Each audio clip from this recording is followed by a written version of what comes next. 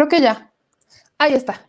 Vaya circo, maroma y teatro que nos estamos echando en este programa hoy, mis amigos. Vaya circo, maroma y teatro. Bueno, a ver, tengo en la línea, ahora sí, al profesor José Ignacio, para que nos ayude con este breve análisis. Ya fue vía telefónica. Entonces, ahora sí, a ver, profe, ayúdame a explicarle a la gente qué tan benéfico resulta esta inversión que estarían realizando los empresarios en el contexto en donde pues muchos creían que no existía esta inversión privada y que el gobierno de la Cuarta Transformación como que hacía a un lado a los empresarios. Sin duda aquí se fortalece la confianza con el empresario. Decía el de Coparmex que no existía y hoy sin duda te refrenda esta confianza, esta certidumbre en Palacio Nacional por parte del presidente y por supuesto por parte del Consejo Coordinador Empresarial. ¿En qué redunda estos, en general, 68 proyectos, si tomamos en consideración los 39 que se anunciaron el 5 de octubre, más estos 29 que se anunciaron este lunes y que representan una importante inversión del orden de 525,000 millones de pesos? ¿Hacia dónde se refleja de manera directa? En torno al sector de la construcción, que es importante resaltar que representa el 8.3% del PIB y que a su vez este sector de manera directa genera empleos casi de manera instantánea en el sentido después de que hay mucha mano de obra alrededor de estos proyectos, que es importante resaltar que no solamente se destinan hacia ciertos puntos del país, sino que aquí es importante resaltar, Meme, que se realizan estos sectores a lo largo y ancho del país. Por ejemplo, tenemos el viaducto Santa Catarina en Nuevo León o la autopista Mitla de Guantepec. También se encuentra el tramo de la carretera Cuandertureo, La Piedad en Michoacán. Se encuentra también otro proyecto muy importante que es la conexión entre las carreteras de Nuevo León y Tamaulipas, que es uno de los más cuantiosos. Paradójicamente, que aquí también es importante resaltar que el gobierno, los empresarios van a invertir fuertemente en los estados de aquellos gobernadores que tanto dicen que el presidente no apoya, que están en contra de cómo ahora desde la federación se está manejando el presupuesto. Bueno, pues precisamente ahora el presidente les da con guante blanco, en el sentido de que van a invertir fuertemente en esos estados, principalmente de estados que están impulsados por gobernadores que no apoyan al presidente en torno al presupuesto. Bueno, pues ahí están ese tipo de inversiones, por cierto. Ahora, ¿quién le hace daño a quién? ¿Es el gobierno el que le hace el feo a los empresarios o son los empresarios que no han querido adaptarse a las nuevas formas? ¿Qué está bien o qué está mal desde esta perspectiva? Fíjate que es muy interesante tu comentario. Desde hace 83 años, la inversión pública del país siempre iba hacia el norte. Si analizamos los planes nacionales de infraestructura, los dos primeros que se tiene en el país, el de Calderón y el de Peña Nieto, estas inversiones y estos proyectos siempre iban hacia el norte y siempre se beneficiaban a empresas constructoras, por supuesto, que apoyaban candidatos de los partidos respectivos en el poder. Llega López Obrador y ¿qué es lo que hace? Canaliza la inversión pública hacia el sur-sureste, hacia zonas deprimidas, hacia zonas que nunca antes había invertido y saca a este tipo de empresas que estaban coludidas, ¿no? Entonces, y también saca nuevas licitaciones en torno a nuevos proyectos no es que se castiguen los precios, sino que se ajustan los presupuestos y por supuesto este tipo de empresas pues ya no tienen estas ganancias. Por lo tanto, vemos ahí empresas como ICA, Cemex, IDEA, ¿no? Que tradicionalmente participaban en estos proyectos, subrayo, que iban muy dirigidos hacia el norte y que ahora están hacia el sur-sureste y que pues se les cayó el negocio. De ahí es pues que este tipo de empresarios, mencionaba muy bien, relacionados con el grupo Monterrey, ¿no? Con los 10 hombres de negocios de Monterrey, ¿no? 9 hombres, una mujer, ¿no? Que tradicionalmente participaban en ese tipo de proyectos y ahora ya no. Y quisieron doblegar al presidente y bueno, pues tenemos los resultados que la inversión siguió y ahora se suman a estos proyectos que está presentando el presidente de la República. Ahorita que tocas ese tema, no lo tenía en mente, pero aprovecho para preguntarte. Me dices que siempre se invertía en el norte y prácticamente no o nunca en el sur-sureste. ¿Por qué? ¿Por qué no se daba eso? ¿Por qué no había ese interés de detonar la economía del sur-sureste? Esto va muy relacionado con el sector manufacturero, exportador, automotriz del país. Si analizamos dónde están afincadas las principales empresas nacionales, transnacionales, exportadoras y que tienen vínculos principalmente con la industria de Estados Unidos, están en el norte, en la zona centro-norte, una, y en la zona norte del país. Entonces, estas 9 entidades exportadoras del país que exportan el 47.1% del total de lo que México vende, son beneficiadas, ¿sí? También por la inversión que realiza el gobierno. Tenemos en el sur-sureste que participa en términos de exportaciones con el 0.2% y por supuesto no tiene infraestructura, ¿no? De ahí es que el negocio en cuanto a inversión pública en materia de construcción, de obra pública, pues siempre iba hacia el norte y siempre se privilegiaba a este tipo de empresas. Ahora que el gobierno de López Obrador ya no tiene esos proyectos, ¿no? Muchas de estas empresas, por cierto, se vieron afectadas en cuanto a sus ingresos. Tenemos el caso, por ejemplo, de Cemex, ¿no? De ICA, que estaban prácticamente en la quiebra a raíz precisamente que ya no se les dieron este tipo de contratos. Ahora, ¿por qué no había ese tipo, por qué no hay o por qué no se privilegió, perdón, la infraestructura? Hay un tema, por ejemplo, que leo mucho en los comentarios y es que en el sur-sureste es mucho más el tema turístico, ¿no? Se explota el turismo, pero no hay o no había más bien esa intención de explotar la infraestructura. Hoy vemos el Tren Maya y escucho a muchos decir, muchos empresarios y también a mucha gente replicar lo que dicen estos empresarios a través de sus aliados en medios de comunicación, que el presidente debería de parar el Tren Maya o que debería detener este proyecto del Istmo de Tehuantepec, que los debería de parar, ¿no? Que prácticamente debería detener todo y también Dos Bocas, que son proyectos que justamente se ubican en el sur-sureste. Entonces, si son proyectos que cuando nos los explican nos dicen que van a detonar la economía, ¿por qué vemos que existe este contra? ¿Por qué si en esos proyectos también participa la iniciativa privada, por qué esta insistencia en parar estos proyectos? ¿Tan malos son para los empresarios o para la gente? Para nada. Quien le ha entrado al negocio, por supuesto, se trata eso de un negocio, de una inversión, y por supuesto que van a tener utilidades, van a tener ganancias, de eso se trata. ¿Cuál es aquí el pero?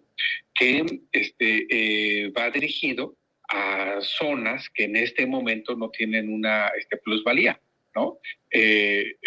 Totalmente distinto, por ejemplo, a invertir en Querétaro, Guanajuato, ¿no? Donde están ahí las grandes empresas y volteamos al sur sureste y no tenemos esta inversión. lo señalas bien, es una inversión totalmente turística, que es importante resaltar que las personas que trabajan en el sector turismo en el sur del país, ¿no?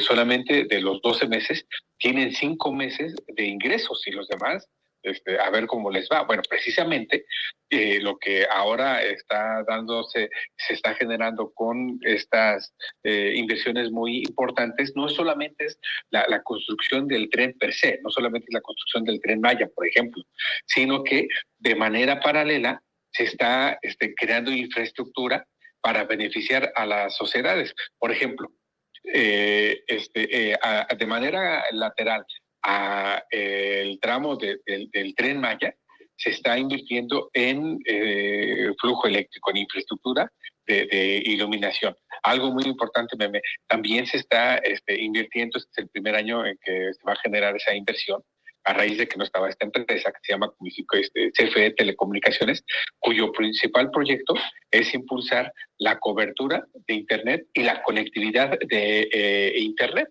¿no? Lo veíamos hace un momento que no nos podíamos conectar, ¿no? Bueno, pues en el sur-sureste no hay luz, no hay cobertura, y por supuesto que no hay conectividad.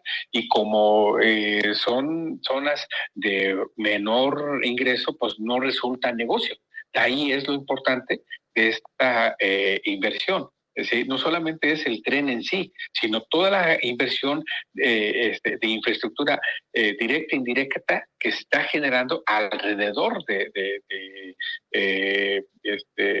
esta importante inversión. Lo mismo ocurre en el tren transísmico de Salina Cruz, Coatzacoalcos, ¿sí? Entonces, ese es precisamente lo que tanto les duele a los varones del dinero del país, que por primera ocasión, ¿no? Después de 83 años, no se da ese tipo de inversión en el norte del país, y que algo muy importante, se cambia el umbral de los negocios, ya no va dirigido hacia este tipo de empresas, tanto de construcción como manufactureras, sino que va dirigido hacia el sector terciario, en este caso del turismo, pero también para beneficiar a las comunidades que viven de manera paralela al tren. Ahora, ya me queda clara esta parte del sur también a la gente, y creo que es mucho lo que hemos estado repitiendo, porque lo hemos repetido bastante, pero ¿estarías de acuerdo que si hubieran detonado el sur-sureste hace 30 años, deja tú 80, hace 30 años, hoy tanto el norte como el sur tendrían una plusvalía alta y no estaríamos viendo a dónde invertir? Totalmente de acuerdo, te lo pongo en este contexto. El municipio de Benito Juárez, Oaxaca, ¿sí? La gente que trabaja en ese municipio, al día tiene un ingreso al día, de 94 pesos al día. En San Pedro Garza, ¿sí? El municipio más rico de América Latina, que se equipara, por ejemplo, a San Diego, ¿no? Su nivel de vida, tiene al día el trabajador ahí un ingreso de 494 pesos. Esa es la gran diferencia, ¿sí? Entre 94 pesos y 484 pesos, ¿sí?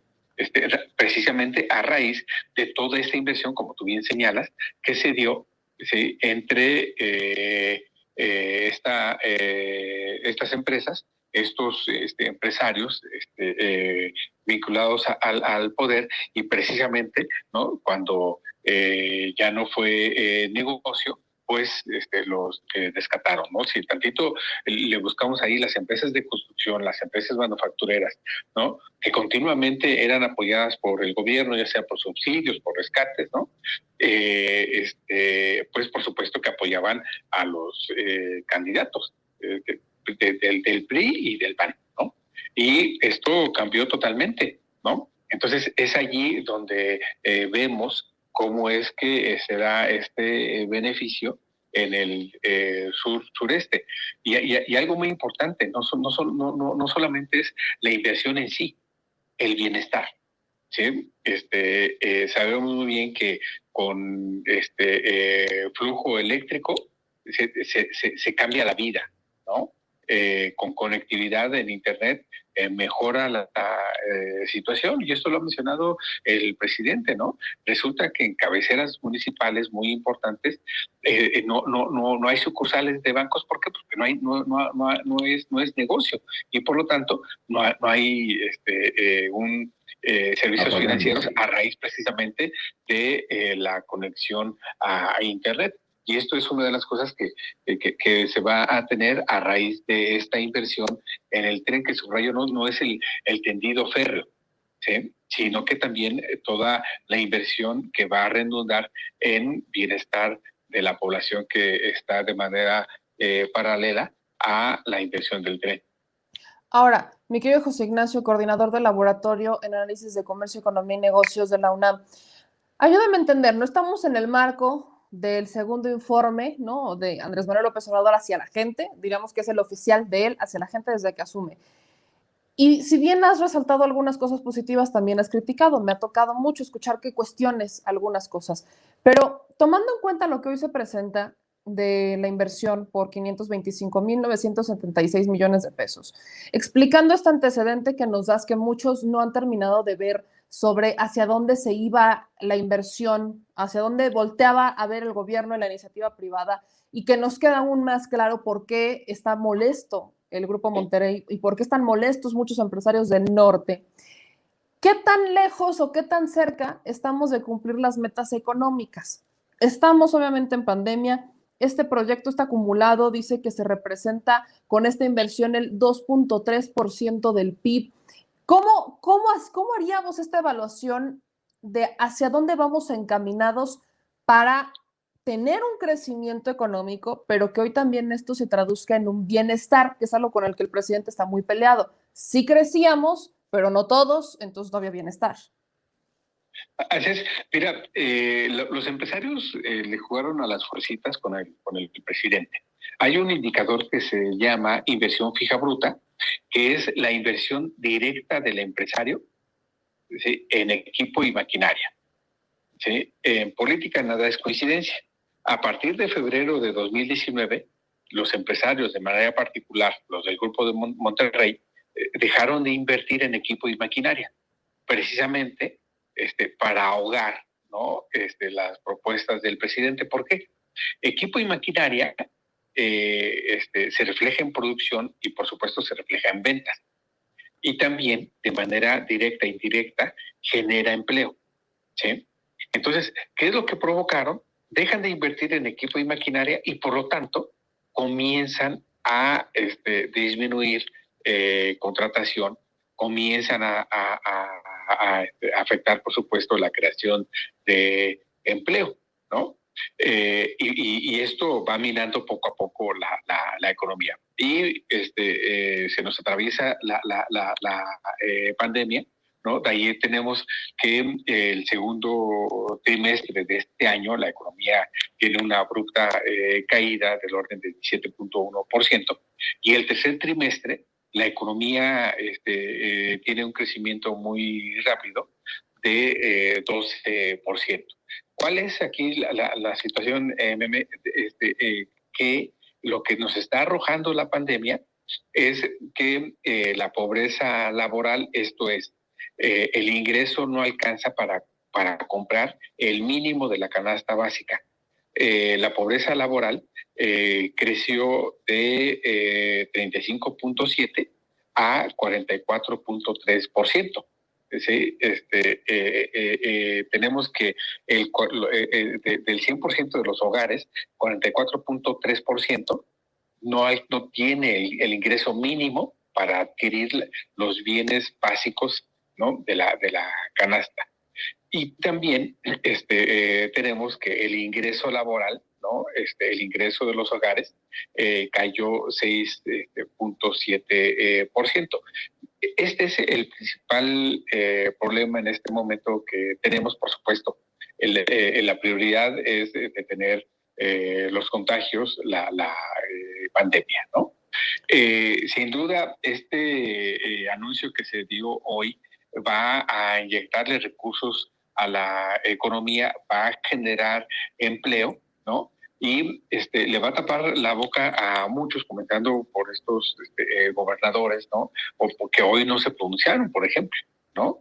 No vimos ahí al de Michoacán diciendo, no quiero que, a Aureoles diciendo, no quiero que inviertan en mi territorio. O tampoco vimos al Bronco diciendo, no quiero que me construyan aquí otro metro. O al de Tamaulipas, ¿no?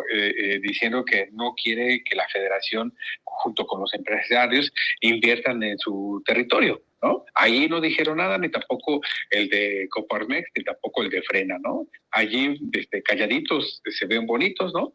Ahí sí les conviene, ¿no? Y esto es precisamente lo que no querían, que los empresarios, ¿no? Apoyaran al presidente y lo acompañaran junto con estos importantes proyectos, que en sí no es el proyecto del presidente, sino que van a beneficiar a una importante población. Digo, por mencionar algo aquí cerca, ¿no? Se va a construir un tramo que va a conectar la parte de Zaragoza con Ecatepec, ¿no? Por mencionar de la zona metropolitana, ¿no? Se va a terminar de construir el famoso tren Toluca Observatorio, ¿sí? Dentro de esto también se contempla, por supuesto, la modernización de la línea 1 del metro, por hablar de la zona metropolitana de la Ciudad de México, ¿no? Entonces,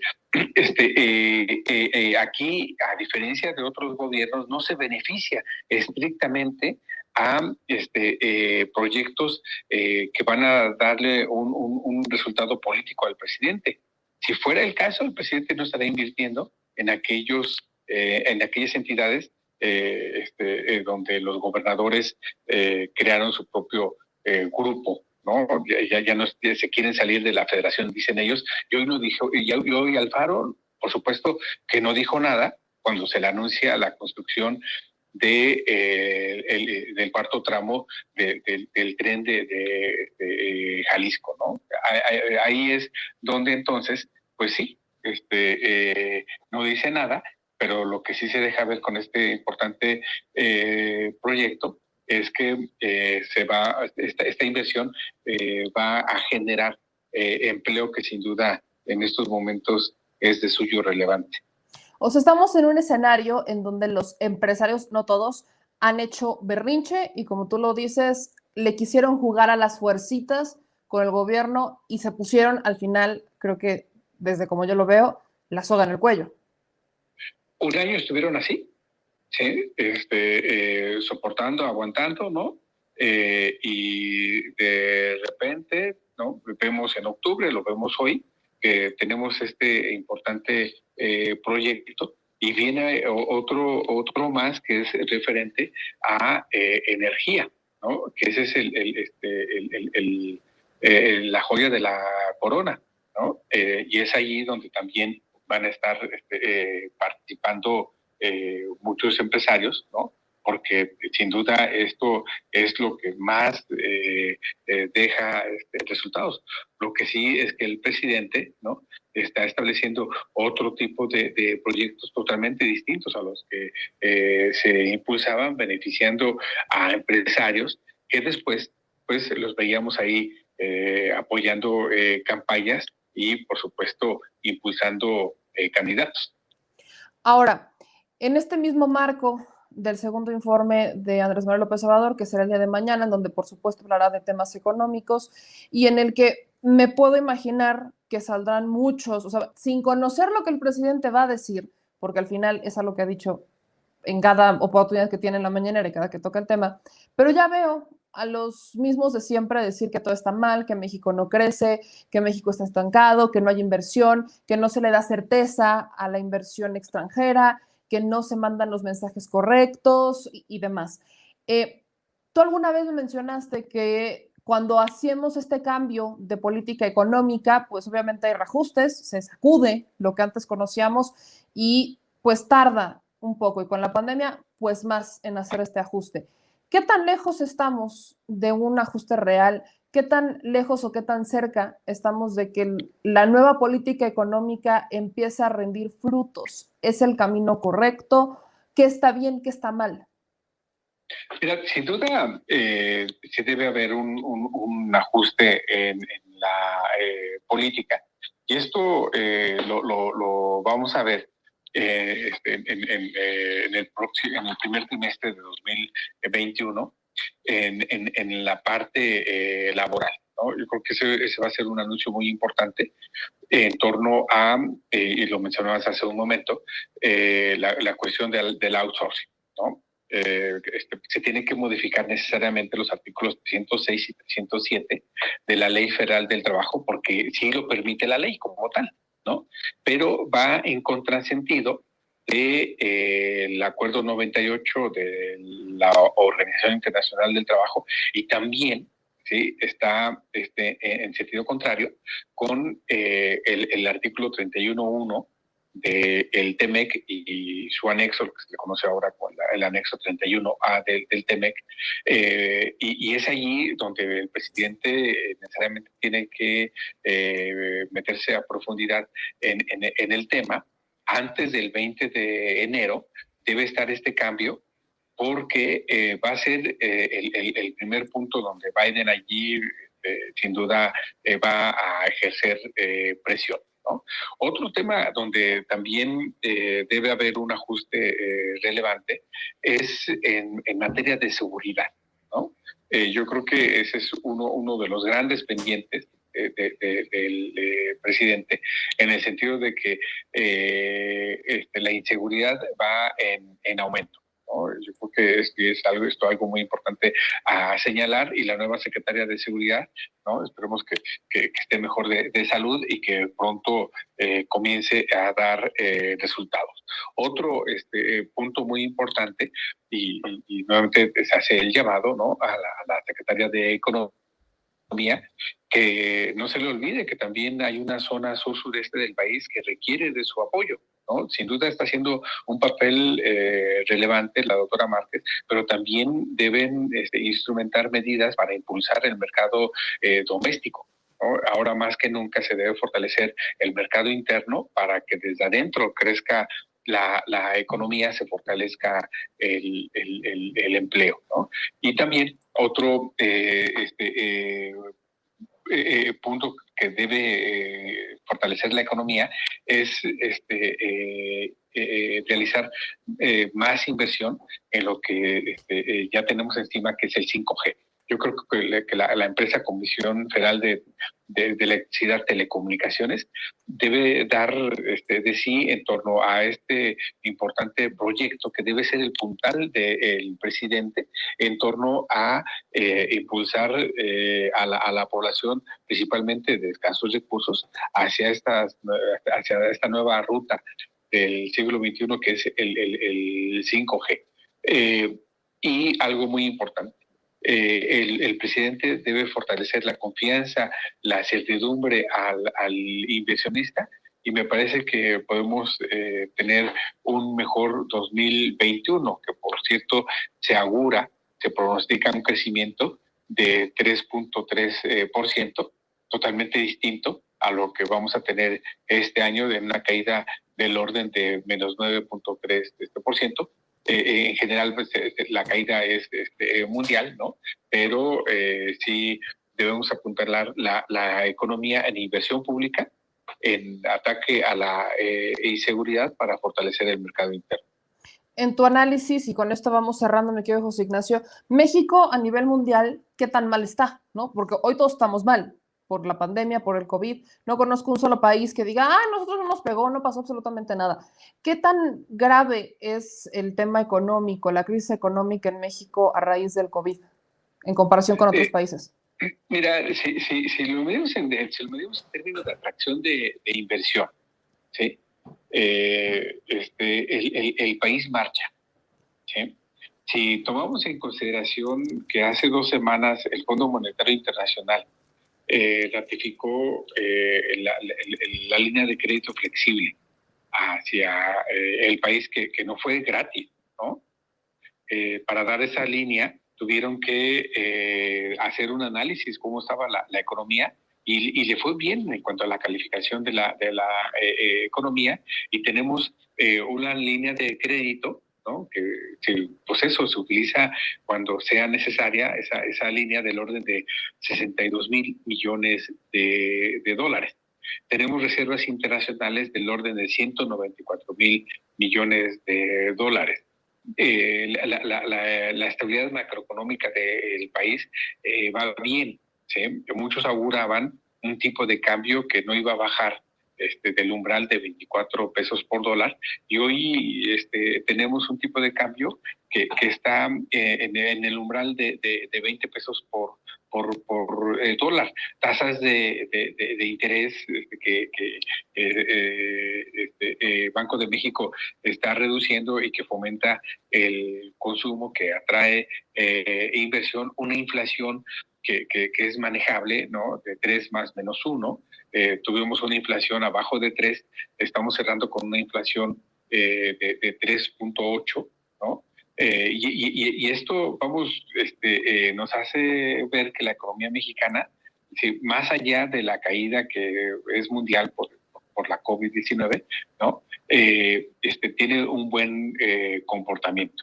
Yo creo que 2021 va a ser un buen año para la inversión, ¿no? Subrayo: certidumbre, confianza, inversión, seguridad, ¿no? Y también algo muy importante, fortalecimiento del mercado interno, que es ahí donde nosotros, como ciudadanos, como sociedad, también podemos cooperar, apoyando, impulsando el mercado doméstico.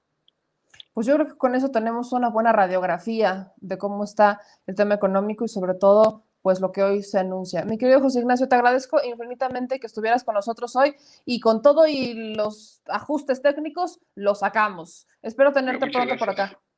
Cuantas veces sea necesario, a la orden. Muchas gracias, un abrazo. Excelente noche, cuídate mucho. ¿Ven? Eso es justamente lo que creo que hacía falta explicar. Si bien, obviamente, y lo digo claramente, obviamente no todo ya está resuelto, estamos hablando de al menos más de 80 años en los que no se hacían ajustes en el rumbo económico del país. No se hacían ajustes. Se le venía invirtiendo exclusivamente al norte porque tiene una mayor plusvalía por el tema manufacturero, y al sur, vendemos playas a privados, vendemos playas a privados y de ahí sale. No vamos a detonar el sur. ¿Por qué? No sé.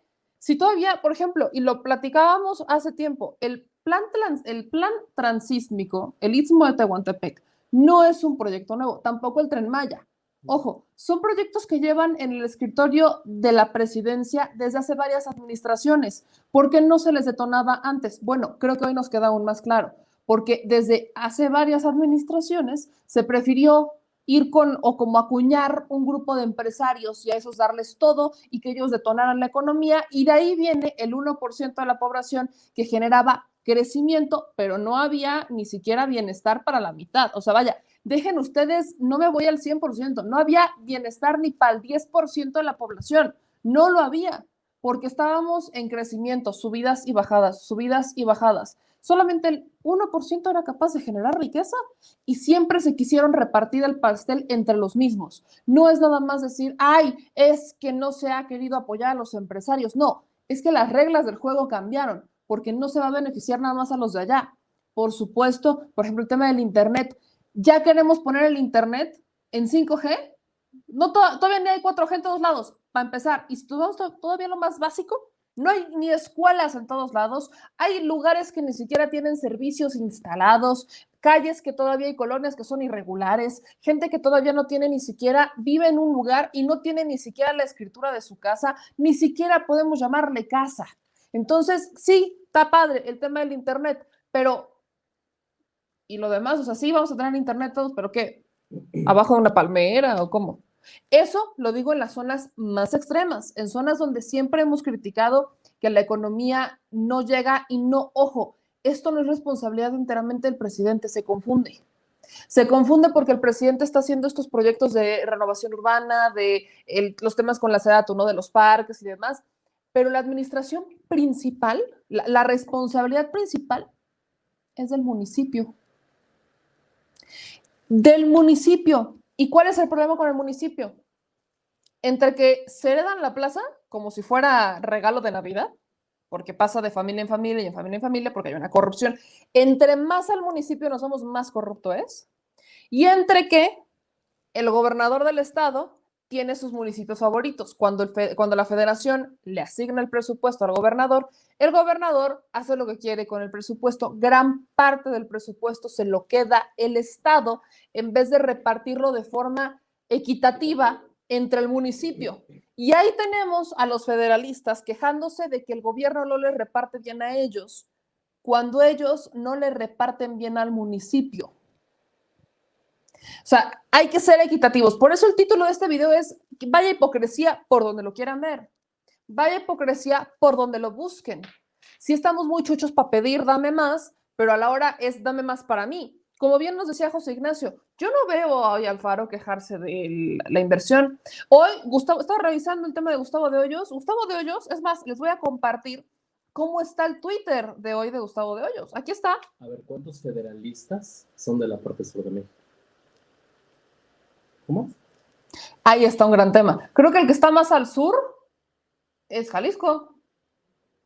O sea, es el que estaría más para acá. Es el que estaría más para acá. ¿Qué es? Federalistas, Colima, Coahuila, Sinaloa, Sonora no, Nuevo León, Tamaulipas, Durango, Guanajuato, Jalisco. ¿Dónde están las minas? ¿Dónde están las manufactureras? Michoacán. ¿No se la han parado 47.500 veces?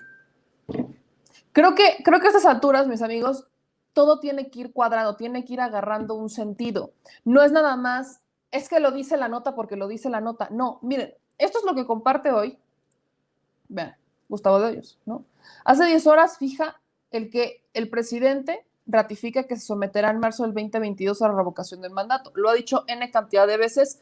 Creo que no hay mucha diferencia, pero bueno, aquí dice Gustavo de Hoyos que le va a entregar una iniciativa. Para nadie es sorpresa que Gustavo de Hoyos quiere buscar algo para el 2021, o más bien 2022 si hay revocación, o 2024. Para nadie es un secreto y creo que aquí justamente lo confirma.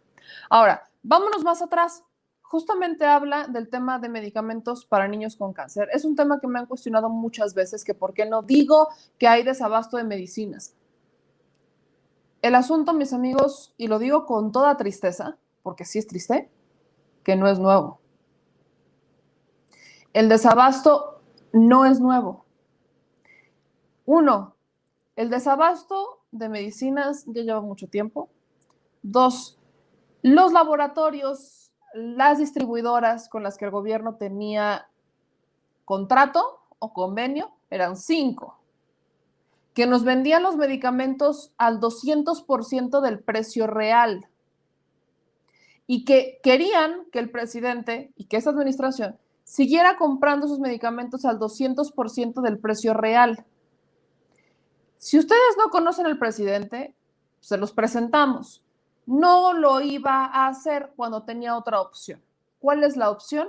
Lo que firmó hace algunos días con la Organización de las Naciones Unidas para obtener medicamentos a nivel internacional a través de la ONU, lo cual en realidad habla de más transparencia, aunque dicen que no, pero bueno, habla de más transparencia y también habla de obtener las medicinas a un menor costo. Pero eso no es importante para muchos. Ok, ahora, ¿aquí qué más hay?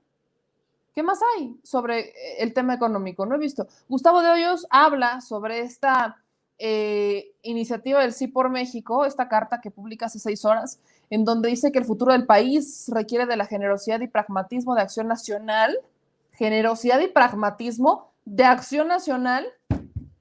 Si les duele el codo, tan generosos son. Del PRI Nacional, generosos y pragmáticos, y del PRD, perdón, pero yo no sé de qué partido estamos hablando. Generosos y pragmáticos, ¿generosos con quién?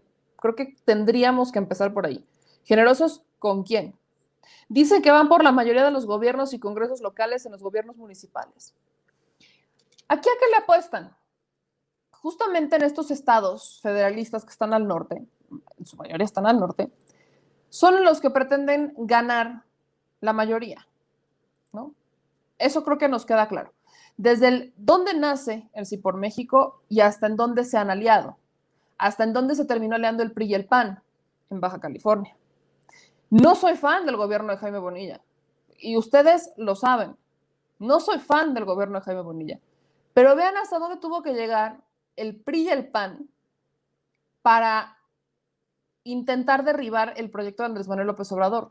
Porque aunque hay broncas internas en Morena, aunque hay molestia por parte de los militantes hacia Morena por las alianzas y los candidatos, vean el temor a dónde llegó, que se tuvieron que aliar PRI y PAN y además tener o posiblemente tener candidatos empresariales que promovería Sí por México.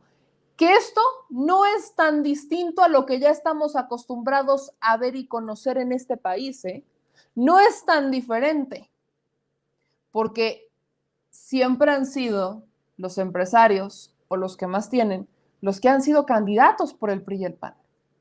No es tan distinto. Nada más que nos quieren dar a tole con el dedo. Eso es lo que yo le llamo, nos quieren dar a tole con el dedo. Sí por México se convirtió en el más de lo mismo, pero revuelto y de nuevo. Así de lógico. El Reloaded. Nos quieren promover candidaturas ciudadanas desde el PRI del PAN y le llaman al PRI PAN PRD que son generosos y pragmáticos. Me queda claro que la generosidad va enfocada a sus intereses, porque generosidad con el pueblo solo cuando van a comprarle el voto. No hay de otra. No podemos entenderlo de esa manera. Me sorprende ver cómo hay gente que dice que el Sí por México va a promover perfiles ciudadanos. No, mis amigos, es muy probable que lo que veamos es que el empresario que antes pagaba para que llegara un candidato ahora sea el candidato. Creo que es lo que vamos a ver. El empresario que antes se aliaba con otros cuates para meterle dinero a la campaña de tal o cual, es ahora el que se va a hacer candidato. Nada más. Es la única diferencia. Que por primera vez están atreviendo a dar la cara, que por primera vez están atreviendo a decir, no, pues ahora voy yo, que por primera vez son los que quieren estar al frente. Eso es lo que estamos viendo. No estamos viendo algo distinto, no estamos viendo que cambien de estrategia realmente, estamos viendo que solamente le están apostando al huevo revuelto. Es exactamente eso, es un huevo revuelto.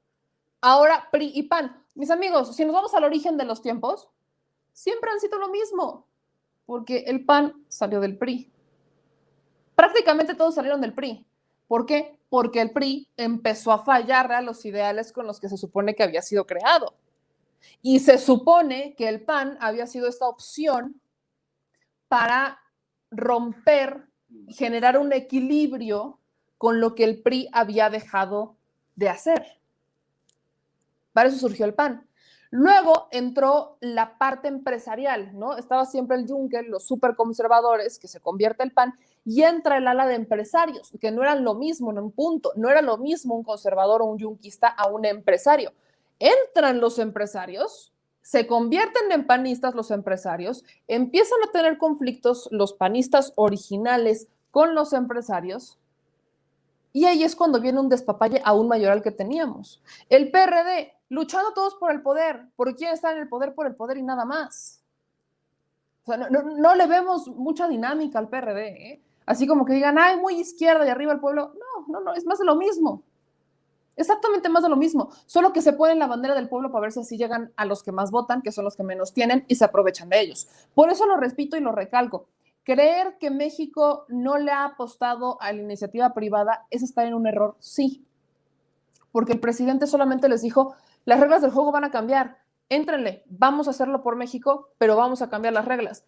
Y es lógico que cuando dejas de tener privilegios, es lógico cuando te quitan tus ganancias, es lógico que cuando te quitan los millones que antes traías, pues es lógico que te molestes. Solamente que hay dos tipos de empresarios, que es lo que siempre les he dicho. El inteligente que dijo, bueno, pues aunque gane menos, prefiero verlo a futuro y mejor me voy por la derecha, me voy por la recta, vamos a dejarlo así. Y está el otro que dijo, yo por mis polainas, se hace porque se hace y a ver quién gana. Y este juego de fuercitas, creo que era una pelea innecesaria y que iban a perder, de todas formas. Vaya, pensar, y esto sí deberíamos de tenerlo claro, que si te le vas encima al gobierno vas a ganar cuando prácticamente es el gobierno el que tiene la posibilidad de darte o quitarte contratos, es un tiro, es un balazo en el pie. Es un balazo en el pie. Quisieron presionar, se pusieron la soga al cuello y hoy, con todos estos cambios, con el outsourcing, con la inversión que se está destinando al lado opuesto donde la querían, con toda esta dinámica que está cambiando de sentido, lo único que quieren promover, y lo hacen incluso de forma muy tonta, es una campaña mediática que vaya enfocada a criticar y a minimizar y a golpear lo que para ellos está mal, que como se los decía desde un inicio, no es lo más criticable de la 4T. Lo más criticable de la 4T no sale ni siquiera en los medios. Lo más criticable de la 4T, nosotros lo hemos criticado, que es la operación de funcionarios que están más abajo, que son los superdelegados que están en el lugar de los hechos, que es el esquema de corrupción que aún permea con algunos funcionarios de las dependencias. Persiste, ahí está. La falla ahora se encuentra en el eslabón más débil, que es la mayoría, el funcionario más cercano a la gente. Entonces, sí quería dejar esta parte clara porque lamentablemente para muchos no ha terminado de quedar claro y siguen creyéndose lo que los medios tradicionales, que casualmente muchos también son del norte, quieren vender porque también son los perjudicados. Busquemos una opción más neutra para generarse un criterio propio y entonces ver qué está bien y qué está mal. Pero si solamente escuchamos a un lado de la historia, bueno, también qué esperan, seamos honestos.